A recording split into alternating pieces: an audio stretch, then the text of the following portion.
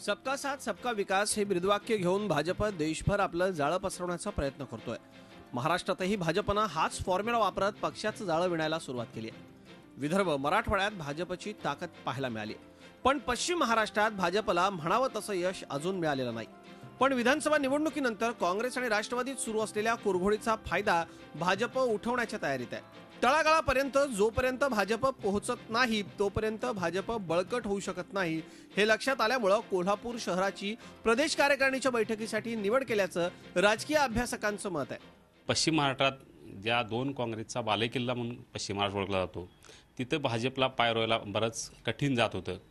पण आता गेल्या लोकसभा आणि विधानसभा निवडणुकीत जी भाजपची हवा झाली ते पाहता त्यांना पश्चिम महाराष्ट्रात या दोन्ही काँग्रेसच्या भांडणाचा फायदा घेता येईल असं वाटल्यामुळे त्यांनी आता कोल्हापूरसह पश्चिम महाराष्ट्रावर अधिक लक्ष केंद्रित केलं आहे। कॉम्रेड गोविंदराव पानसरेंची हत्या आणि कोल्हापूरकरांचा टोलला असलेला विरोध यामुळे कोल्हापुरात कार्यकारिणीची बैठक घेण्यात येणार नाही असं अनेकांना वाटत होतं।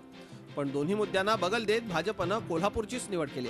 कोल्हापुरातल्या शिवाजी पेठ इथल्या पेटाळा मैदानावर होणाऱ्या प्रदेश कार्यकारिणीच्या बैठकीचा भाजपला आगामी काळात किती फायदा होईल हे कोल्हापूर महापालिका निवडणुकीच्या निकालानंतरच स्पष्ट होईल।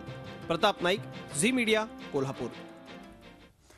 आणि या संदर्भात आणखी सविस्तर चर्चा करूया। आमचे कोल्हापूरमधले प्रतिनिधी प्रताप नाईक सध्या आपल्या बरोबर आहेत आणि ज्या ठिकाणी ही राज्य कार्यकारिणीची बैठक होणार आहे त्या ठिकाणी ते असणार आहेत आपल्या बरोबर। प्रताप, एकंदरीतच आपण बघतोय की भाजप पश्चिम महाराष्ट्रामध्ये पाय रोवण्यासाठी प्रयत्न करते, मोठ्या जोमानं प्रयत्न करताना दिसतंय।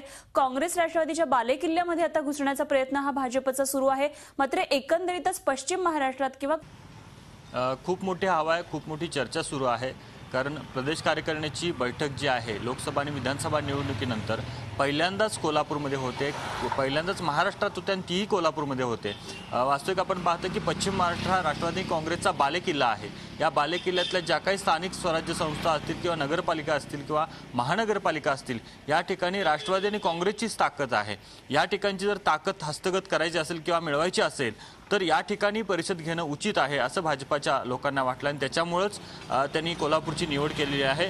सायंकाळी 5:30 वाजता कार्यकारिणीची बैठक होईल आणि या बैठकीमध्ये कशा प्रकारे यापुढची ध्येय धोरणं असतील पक्षाची यावर चर्चा होईल, उहापोह होईल आणि त्याच्यानंतर एकूणच कार्यकारिणी जी असेल ती कशा पद्धतीची असेल, कोण कशा प्रकारे आपली भूमिका बजावेल या दृष्टीने सुद्धा या ठिकाणी महत्त्वाची चर्चा घडणार आहे। उद्या सकाळपासून पेटाळा इथं जी मुख्य कार्यकारिणीची बैठक आहे किंवा राष्ट्रीय परिषद आहे, राज्य परिषद आहे ती तिथं होणार आहे आणि त्याचं उद्घाटन अमित शाह करणार आहेत, तर समारोप हे गडकरी करणार आहेत। एकूणच 3 दिवसांमध्ये संपूर्ण कोल्हापूर जिल्ह्यामध्ये भाजपामय वातावरण झालेलं आहे। भाजपाची चर्चा सुरू आहे, कशा प्रकारे ध्येय धोरणं असतील, कशा प्रकारे भाजपा झेप घेण्यासाठी तयार असेल याची चर्चा आपल्याला सध्या कोल्हापुरात पाहायला मिळते। अगदी, आणि याचबाबतचे अपडेट्स आम्ही आपल्याकडून घेत राहणार आहोत। तुर्तास धन्यवाद दिलेल्या सगळ्या सविस्तर माहितीविषयी।